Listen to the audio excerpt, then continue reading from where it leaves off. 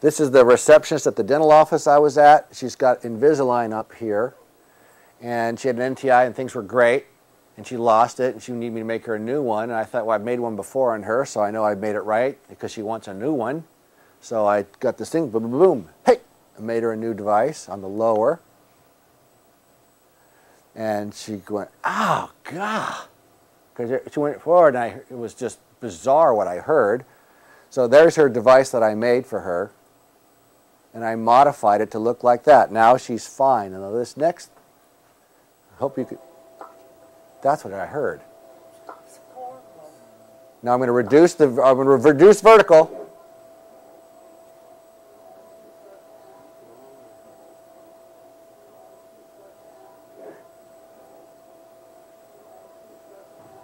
So I cured her click.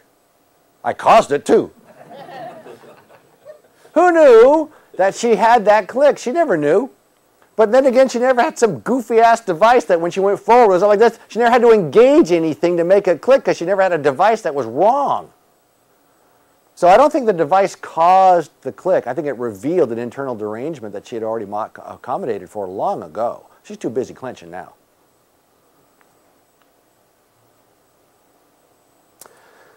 When you ask someone to protrude and to clench, why did she stop right there? Yeah, because these things got plugged in, the circuit kicked in, and that's as far as she went.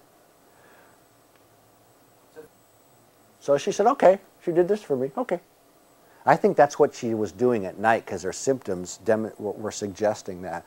So when you make this lower device and I have her protrude, that's a lot more than she did when she was demonstrating. So I've got to be ready, because her lateral pterygoids have been almost like at the starting gate, going forward, but they're being held. When you let them go, that mandible is going to come more forward than it used to. This gal, her bridge fractured with her first NTI. A migraine patient, made a lower NTI. Migraines went away. She came back to the office on a Tuesday on a day that I'm not there and had fractured the porcelain on that lateral. And you'd think the neurologist had had a dead-on arrival patient in the room. I mean, they were horrified. I got a phone call. Oh my God! They would much rather have the patient stroke out and go to the ER because that's usual and customary for them. And there's people walking around neurology clinics, you know, all that whole kind of thing. That's nothing to them. Fractured porcelain? Oh, man. So I have to make a new NTI device. I'm making a lower thing, and this is a vacuum form suck down sheet with a cold cure acrylic that I'm using. I use the cotton roll in the back, bite down to your central pressure, go down thing deal. When I had her bite into this soft acrylic, there's a tiny, tiny, tiny indentation here and there. Upon original fabrication, there were cotton rolls back here that she was biting on to create my vertical dimension of occluding, that is a squished cotton roll. And then I would sculpt this. So I always put a pencil mark at the bottom of the indentation, so when I grind away all the acrylic, it'll go down to the pencil mark. So there it is. That's where her two centrals were in the centered clench. I had her move sideways, and she touched that canine right there. Oh, okay. And that's, I said, make it go way over to the side. Okay. And there it was. So I'm going to shave away that acrylic. You see the distance between the central and where it was? There's that measurement right there. I shaved the acrylic and had her move sideways again. She moved a lot farther. There wasn't any, that circuitry was unplugged, so the lateral pterygoids could take her farther. So when you do the device right, the range of motion can increase. You've got to be ready for it, but it might increase still more later. So whenever there's a patient in the chair, I always assume they're a new patient. They're not like they were the first time I saw them. Sometimes I'm surprised that I saw them like it was me who saw them. If someone were truly concerned and they were convinced and they just got to do it, it's got to protect the porcelain, so we'll protect them both.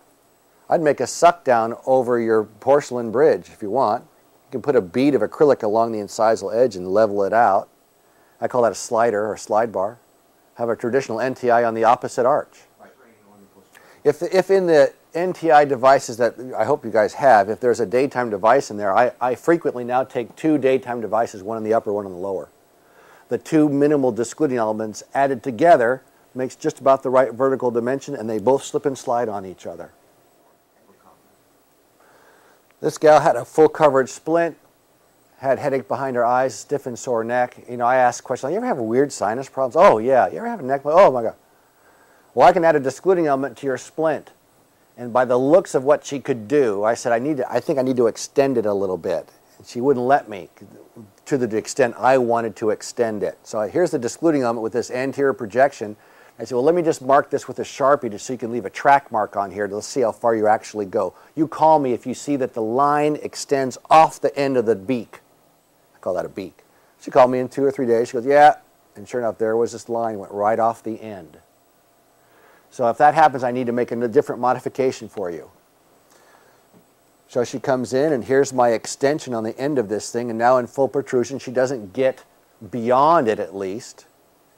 And I've got this thing sculpted so that it's not ramping, the discluding element's not aiming down, it's sort of up or level with the maxilla, so there's not excessive rotation in protrusion. Here's the next thing I have to start to anticipate.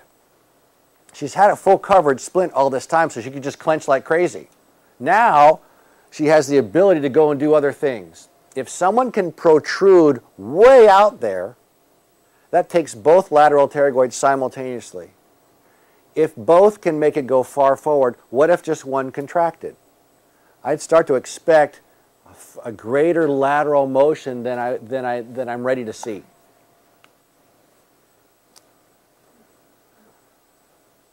So I'm making her a lower device because I think if I've got that upper discluding element and I know she can go sideways a lot, that lower canine will hit the upper discluding element. So I need to make her a lower because she said, oh, let's make a whole new device. So here's your lower device. Wow, she can really protrude. And when she goes sideways with her lower device, sure enough, the canine is at the upper midline. So if I had an upper discluding element here, that canine would have been right on it. So I made the right call. Since she's been around me for a while and she knows what I'm doing, she goes to the website, so she's got this going on here. I took my picture, you know, and I'm writing in my chart and I hear, hello, hello. I love this part. So I go there, she goes, hey, dipshit, check this out. Hey, what? Dipshit. So we got to be good friends after a while. Hello, hello. So how do I remedy that? So you see this cusp right here? So here, that little white blob right there, that's the cusp.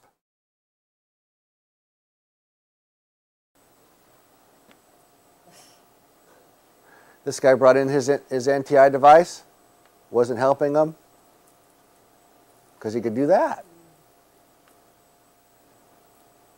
So, okay, I'll make you a lower device. I'm making lowers nowadays. I make it with acrylic. And he did that. I wasn't paying attention. I was being too sloppy. I should have taken the device before we started. I could have added the acrylic at the same time as I was seating the device. A lot of times I would do that. Sometimes if I know they can protrude and I'm going to need to add to the back end of the DE, I've got extra acrylic in my dish.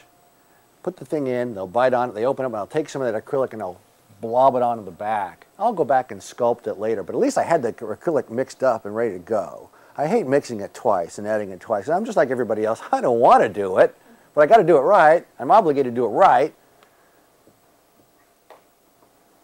So when I did add to it, then I had to ramp it down. So I didn't. If I had made it level with the entire device, he would have had excessive rotation in that protrusion.